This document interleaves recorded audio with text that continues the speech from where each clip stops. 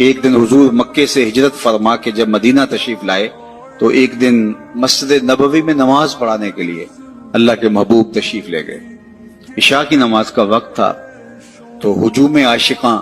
جو ہی حضور حجرائے نور سے باہر نکلے تو ادب سے صحابہ کھڑے ہو گئے۔ بس یہ لمحے حضور علیہ السلام کی آنکھوں کے سامنے آئے تو آنکھیں چھلکنے لگی،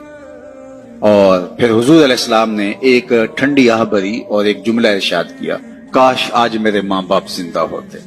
یا کم از کم میری ماں ہی زندہ ہوتی، اور میں لوگوں کو نماز عشاء پڑھا رہا ہوتا اور اس میں سورہ فاتحہ کی تلاوت چل رہی ہوتی، پھر میری ماں کو میرے ساتھ کوئی کام یاد آ جاتا، وہ دروازے پر آتی اور میٹھی آواز میں مجھے بیٹا محمد کہہ کے آواز دیتی، تو میں لوگوں میں اپنی نماز چھوڑ کے ماں کی بات سن لیتا۔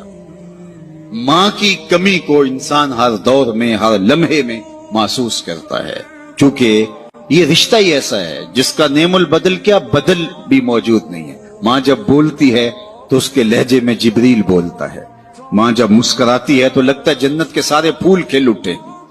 ماں کو اللہ نے وہ درد، وہ درک، وہ محبت، وہ پیار اور وہ تڑپتی ہوئی بےتاب ممتا دی ہے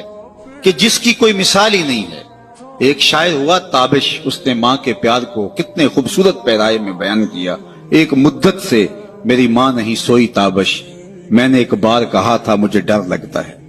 کہا بچپن میں میرے منہ سے نکلا تھا امی مجھے رات کو ڈر لگتا ہے، کہتا ہے بوڑھا ہو گیا ہوں لیکن میری ماں اب بھی میرے بستر پہ پھونکے مار کے سوتی ہے کہ میرے بیٹے کو کہیں ڈر نہ لگ رہا۔